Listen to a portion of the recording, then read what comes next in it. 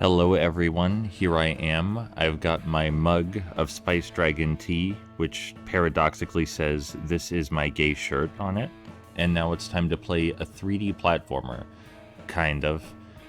What this actually is, I guess, is, I would describe it as a roguelike, arcadey 3D platformer fighting game, which sounds like a very complicated label for such an ultimately simple game. But let's just get right into it, right after I put my proper hat on and my proper face. There we go. So, the stages are randomly generated. You do have tank controls. And that went very poorly, but it's good to get the failures out of the way early. So, this game does have tank controls, and the stages and their layouts are randomly generated, though they increase in complexity the further you go. And the idea is simply to knock the other person off the ledge or pummel them into oblivion. And you just do that for as long as you can until you ultimately lose, and then just start another run. And it's a very simple premise for a very simple game. There is a surprisingly high skill level because even though you only have one move, that being punch, the physics are where the depth is. You get knocked over rather easily, jumping is itself difficult, and you might figure smashing the punch button like this is what you'd want to do. You'd be wrong. You want to steer your fist into the opponent. That's, I find, the easiest way to succeed. And there's a lot of strange emergent gameplay properties because of the physics. Like, standing on someone's head like that is actually a decent way to win, because they end up tripping and falling over while you're atop them. When you fall over yourself, you want to wiggle left and right as much as possible to get yourself upright, because being upside down is terrifying. You can also dash, or just play the game upside down if you so choose, but even though this game is meant to be silly, I do find that simple games like this, which have strict imposed limitations, are some of the most enjoyable for me. Now, if you want to be particularly try hard about it, then it's ideal to back yourself into a corner, as paradoxically dangerous as that might sound. Because most of the time you'll die going into the water, and not from your enemies punching you. I almost called them friends. I suppose they could be our friends. We're just not acting very friendly. But we don't know very much about this world or its functions. This could just be how the folks here greet each other. That went well. A lot of the hazards don't outright kill you, but instead send you flying into the air. And having your physics activated against your will is very terrifying. Honestly, that might be worse than just straight up dying.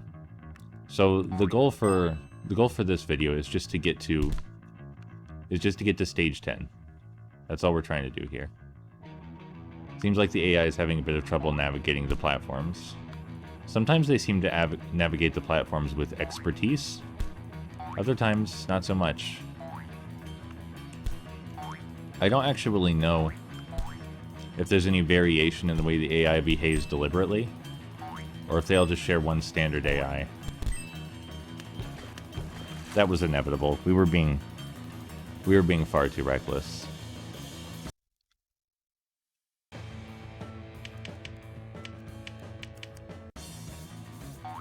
But there's something...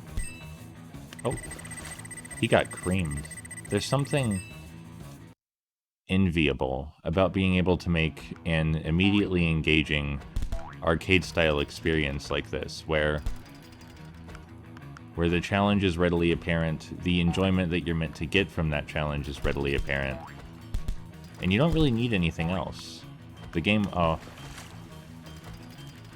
functions perfectly at what it tries to do, and what it tries to do may be odd, but I don't think that affects the enjoyability of the premise any. And And the fact that it's randomly generated, or at least the levels are randomly generated, leads to moments like that where you just get a free victory.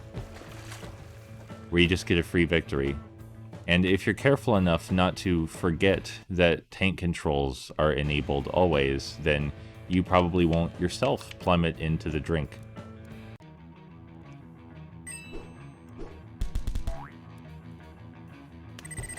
Goodness.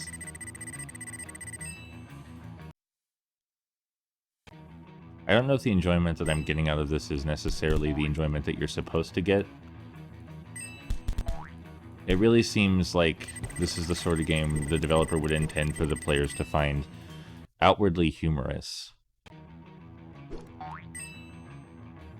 But, you know, underneath the goofy physics, or rather because of the goofy physics, I see a genuinely engaging, challenging fighting game 3D platformer roguelike thing here, where you want to use the limited mechanics and your understanding of those mechanics to succeed. And there is a surprisingly high skill ceiling in spite of how simple the mechanics are. I'm not exactly putting the best boot forward here, but this is entertaining nonetheless.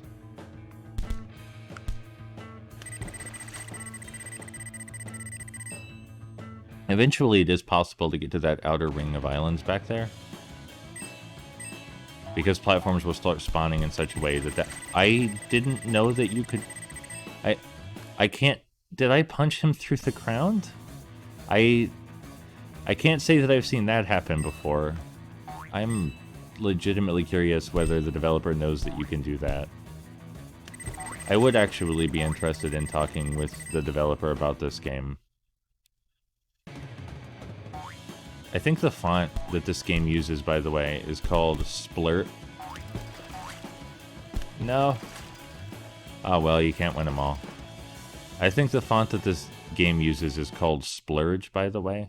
I've used it on a few of my video thumbnails. We should really be more careful than that if we want to succeed. Not that you have to be careful. I'm positive if you get good enough at this game that you can just zoom all around the map using the dash function and cream everybody.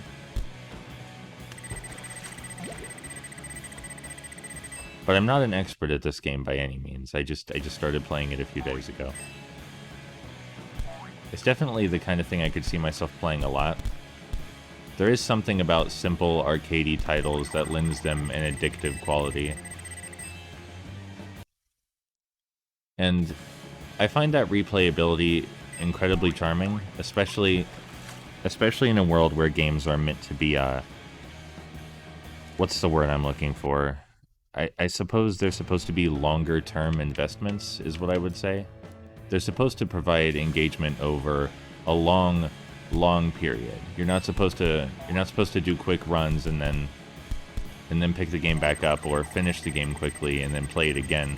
But that's how older games were often, is the games themselves were rather short, but it was about mastering them. So replaying them was always enjoyable. Not that one of the experiences is inherently better than the other, because all games have different goals. I just tend to prefer the ones with simple mechanics whose depth is revealed during play. Naturally during play, not through tutorials or some such. One of my favorite games, Max Anarchy,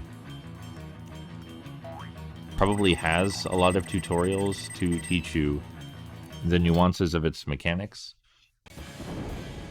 But I really appreciated that you didn't have to engage with them. They weren't obtrusive. And as a result, well, we got to the ship.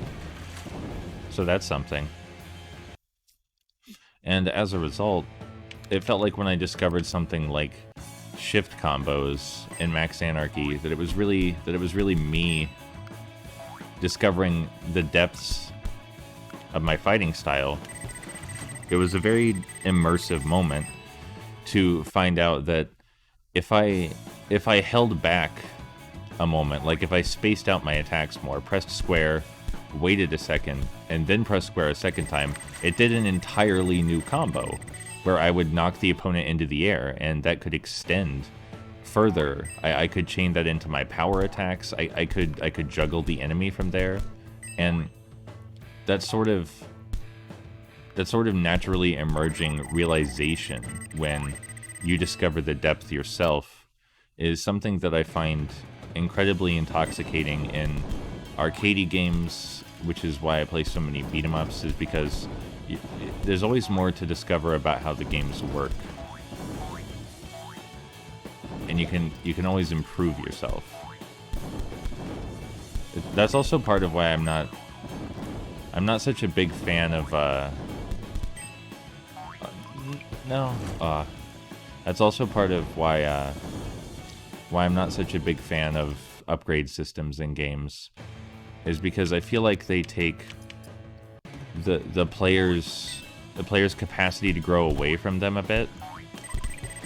I won, I guess. I technically won that one. We can call that a victory.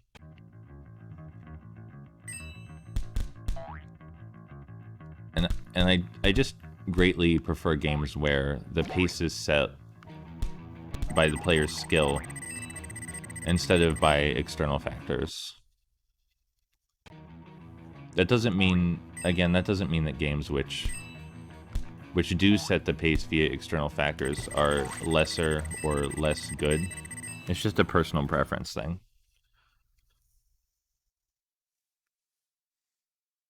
Oh no. Oh no, did the game crash? Alright, so I did a few tests, and the way the game works is that even if it crashes, when you start it up next, you just begin on the level you left off at. Which is curious. It's a good thing, but it's very curious. Normally I would be, worried because you don't really want a game to crash, especially in any circumstance, but especially if it's a game where you're trying to get a high score. And it turns out that if this game crashes and you restart, you just pick up right where you were.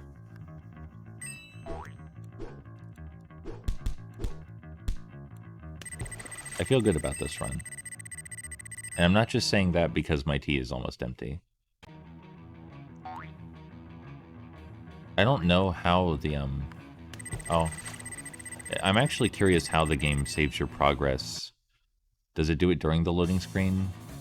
Does it do it right before the crash? It's curious to think about because this game doesn't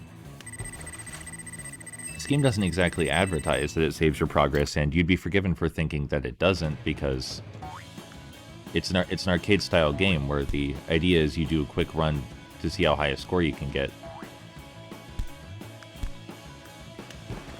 So you probably wouldn't even think of the idea of saving progress, but after a couple of tests, it does seem like the game legitimately keeps your place. Oh, a cage match.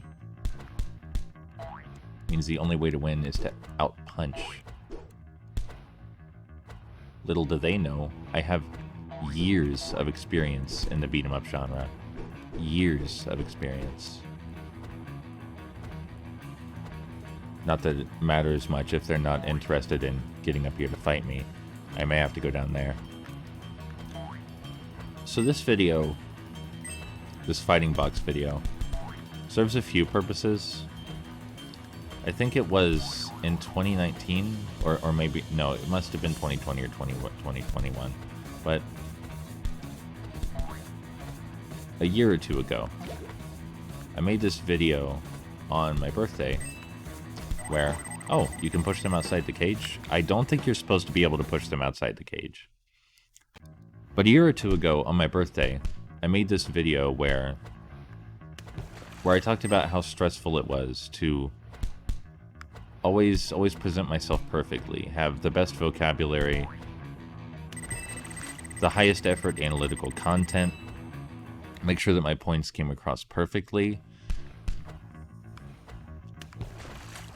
And it was sort of an admission that, although I love what I do, it could be really, really stressful to try and meet my high standards of discourse all the time. And part of the reason that I've gotten into using this avatar is not just for self-affirmation and identity purposes, though that is a large factor in it, but to normalize the idea that it's okay to just... I'm getting very invested in this brawl. One moment.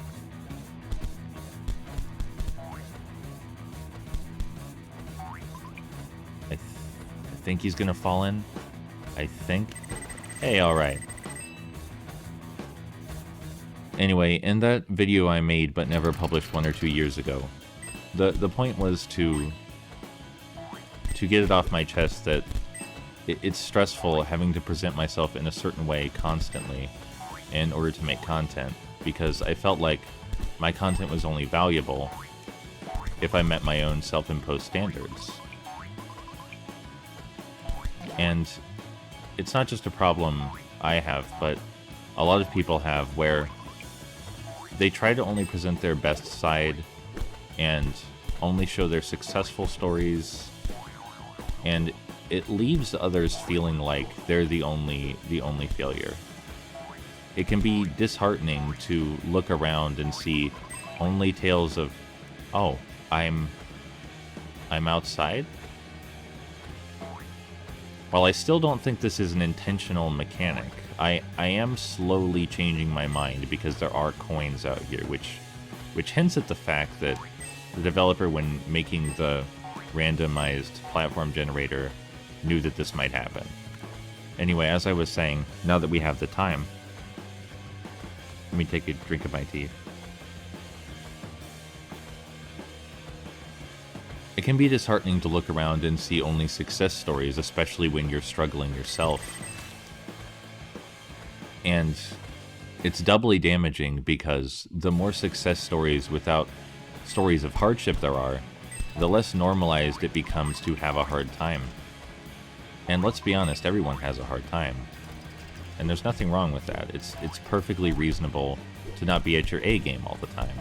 I used to constantly worry about whether my vocabulary was good enough, whether I was an acceptable writer, whether the points I made were coming across clearly. And sure, sometimes those things are fine to be concerned with, but not to the detrimental degree that I was. Oh, are we on level 10? Hey, we did it! We're on level 10. The power of introspective thought has brought us to level 10. We are the victor this day. We're the victor in multiple ways, because some of the AI just jumped straight into the water. But yeah, I've never made it this far before, so everything past here is bonus. I'm not going to give up or anything. Yeah, that's the point in using this avatar and making videos like this, is to show that, hey, it's alright to just chill out and drink some tea and play a goofy fighting game where you're not quite the best at it, but you're learning, you're getting better. We're all getting better all of the time, and there's nothing wrong with that. I think that while self-improvement is very important, and especially to me, I value self-improvement very highly, it's possible to value self-improvement without worrying about it. Because, well, I mean, while that could have gone better, we did get further than ever before. Anyway, as I was saying, videos like these, you know, they're just to hang out and be myself, because it's nice to relax sometimes and not worry about having the best content with the tightest runtime, where I communicate all my opinions super concisely. Sometimes it's just nice to play a game.